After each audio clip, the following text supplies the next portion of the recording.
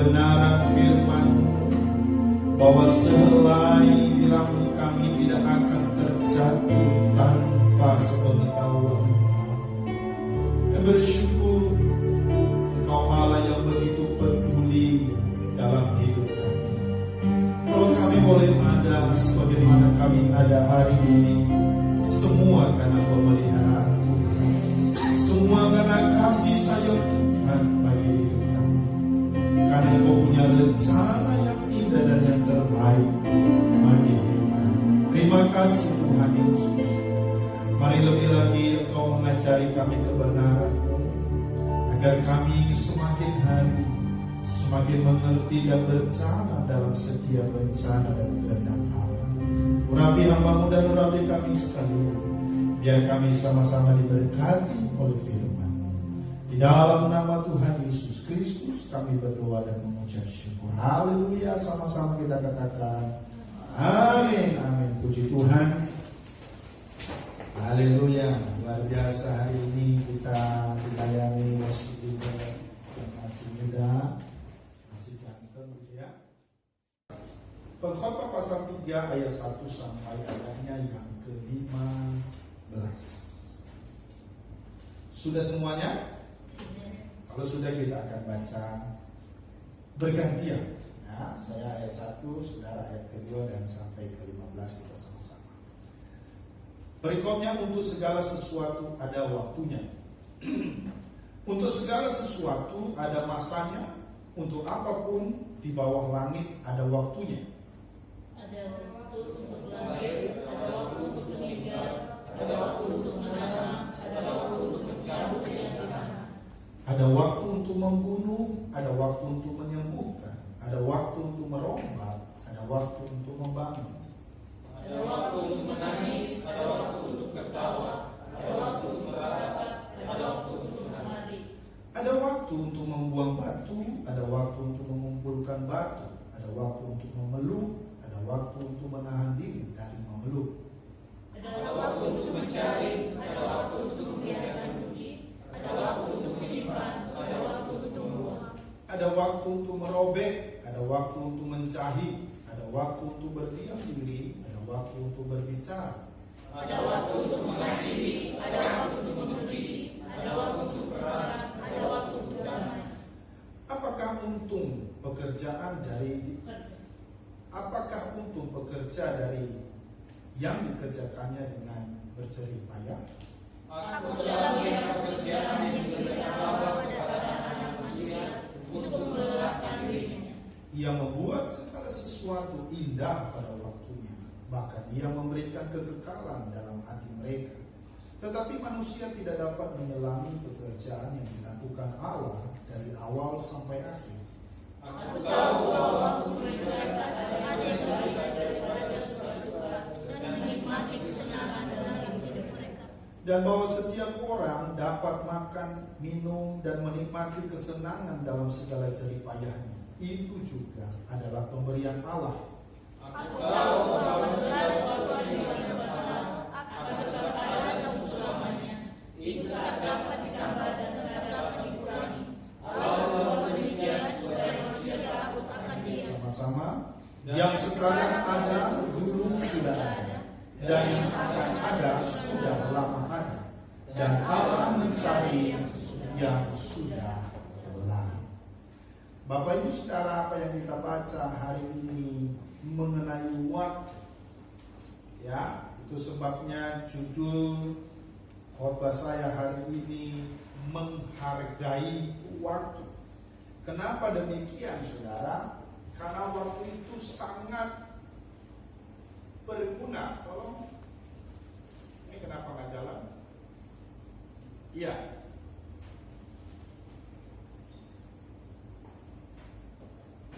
Allah menciptakan manusia segambar dan serupa dengan Allah juga berjanji, saudara, bahwa ya anak-anaknya akan menjadi kepala dan bukan ekor.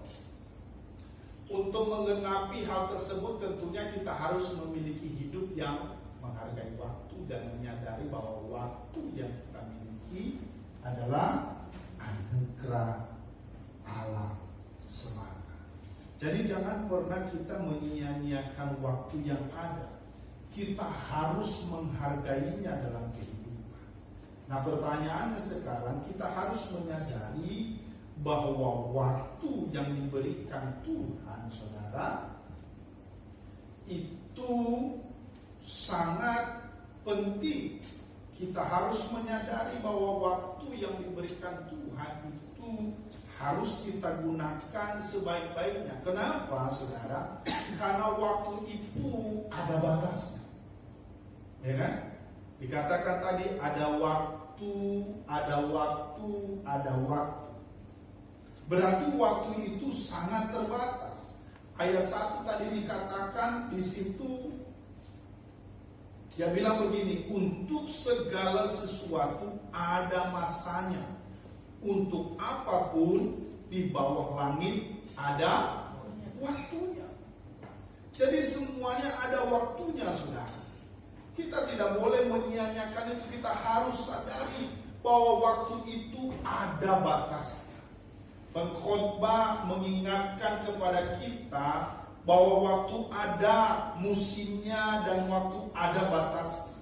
Setiap manusia, baik yang percaya maupun yang tidak percaya kepada Tuhan, tetap memiliki waktu yang terbatas. Berapa? 24 jam sehari. Gak ada 25, 26 jam sehari.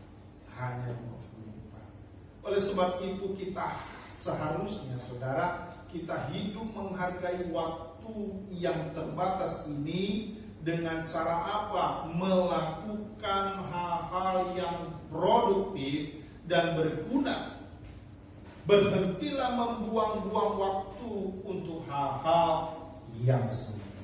Ada banyak kita ini tidak menyadari, ya, kita membuang-buang waktu dengan apa? Dengan cara apa? Tidur berleha-leha.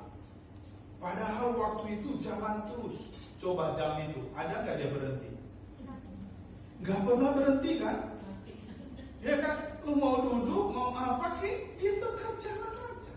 Tertinggal aja kita udah. Tahu-tahunya dari pagi sudah sore. Tahu-tahunya malam sudah pagi lagi. Lalu apa yang telah kita perbuat dari waktu-waktu yang ada ini? Nah, Tuhan mau kita produktif, saudara. Saudara tahu Allah yang kita sembah itu Allah yang aktif, bukan Allah yang pasif. Dia bergerak terus. Bahkan Yesus berkata, sampai hari ini Dia terus bekerja. Amin, saudara. Jadi waktu itu ada masanya, ada batasnya. Dia tidak pernah menunggu kita, Dia terus jalan. Yang kedua, saudara harus catat ini. Yang kedua, waktu Tuhan itu pasti terbaik. Amin. Asal kita mau menanggapinya, meraihnya dengan sungguh-sungguh, waktu Tuhan itu pasti yang terbaik, saudara. Seringkali kita berdoa meminta sesuatu kepada Tuhan, kita mengharapkan cara, hasil, dan waktu sesuai dengan apa yang kita inginkan. Padahal kita seharusnya menyadari bahwa waktu Tuhan atau kairosnya Tuhan adalah yang terbaik. Bukan waktu kita, bukan waktu kronos kita. Karena kita percaya bahwa Allah Maha Tahu. Amin, saudara. Kadang-kadang kita ini memaksa juga, ya kan? Pengennya apa yang kita inginkan segera terwujud.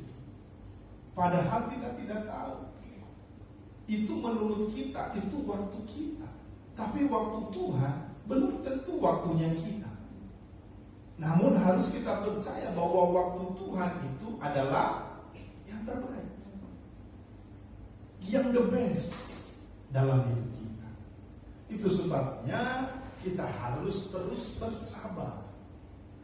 Amin, saudara. Kita harus tetap percaya kepada waktunya Tuhan dalam hidup ini. Mungkin saudara berkata, aduh, saya pengen menikah secepatnya. Loh, kalau belum waktunya Tuhan bagaimana? Kan gitu, saudara. Iya kan? Saudara bilang, aku mau menikah. kalau belum waktunya Tuhan? Itu belum, saudara. Oleh karena itu, mari percayalah bahwa waktu Tuhan pasti. Ya, karena itu kita harus sabar menanti waktunya Tuhan. Yang ketiga, waktu adalah pemberian Allah. Saudara nanti baca dalam Mazmur pasal 37 ayat 14. Waktu itu adalah pemberian Allah. Kita harus menyadari bahwa waktu adalah anugerah dari Allah. Karena tidak ada seorang pun yang mengetahui berapa lama waktu yang masih ia miliki di dunia yang fana ini.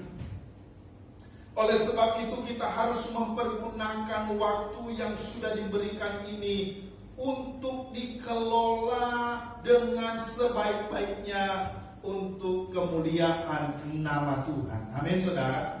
Kita tidak tahu kapan waktu yang kita miliki dalam hidup ini. Tapi ingat, waktu yang ada itu adalah pemberian Tuhan. Itu sebabnya jangan pernah kita menyia-nyiakan waktu itu. Kita harus produktif, kita harus melakukan sesuatu, saudara, sehingga kita tidak ketinggalan. Katakan amin. Ya, jadi kita harus menghargai waktu. Karena kenapa? Waktu adalah pemberian Allah dalam kehidupan. Nah, khotbah saya ini dua bagian, saudara. Jadi menghargai waktu, maka kita akan merasakan, menikmati yang namanya indah pada waktu. Amin. Kalau kita tidak menghargai waktu, kita tidak mengalami yang namanya indah pada waktunya itu, saudara. Kalau kita hanya menyia-nyiakan waktu, tidak produktif, hanya leha-leha, tidur-tiduran, saudara, gak ada yang indah. Gak ada yang indah. Yang ada apa? Malapetaka. Yang ada kemiskinan, yang ada kesusahan, yang ada penderitaan yang kita alami, saudara. Nah, oleh karena itu, kalau kita menghargai waktu, maka kita akan merasakan keindahan pada waktu. Tadi jelas dikatakan di dalam Pengkhotbah pasal 1 ayatnya yang ke-1, Pengkhotbah pasal 3 ayatnya yang pertama sampai 2 dan 11 dikatakan begini, untuk segala sesuatu ada masanya, untuk apapun di bawah langit ada waktunya. Ada waktu untuk lahir, ada waktu untuk meninggal, ada waktu untuk menanam, ada waktu untuk mencabut yang ditanam. Dan ayat 11, ia membuat segala sesuatu indah pada waktunya. Bahkan ia memberikan kekekalan dalam hati mereka, tetapi manusia tidak dapat menyelami pekerjaan yang dilakukan Allah dari awal sampai akhir. Ia membuat segala sesuatu indah pada waktunya. Tuhan menginginkan setiap anak-anaknya ini hidup dalam keberhasilan. Amin. Dia menginginkan kita ini hidup dalam keberhasilan. Karena itu ia berjanji akan menjadikan segala sesuatu dalam hidup kita ini menjadi indah. Yaitu dengan keindahan yang bukan sementara, melainkan keindahan yang dapat dinikmati sampai kekekalan.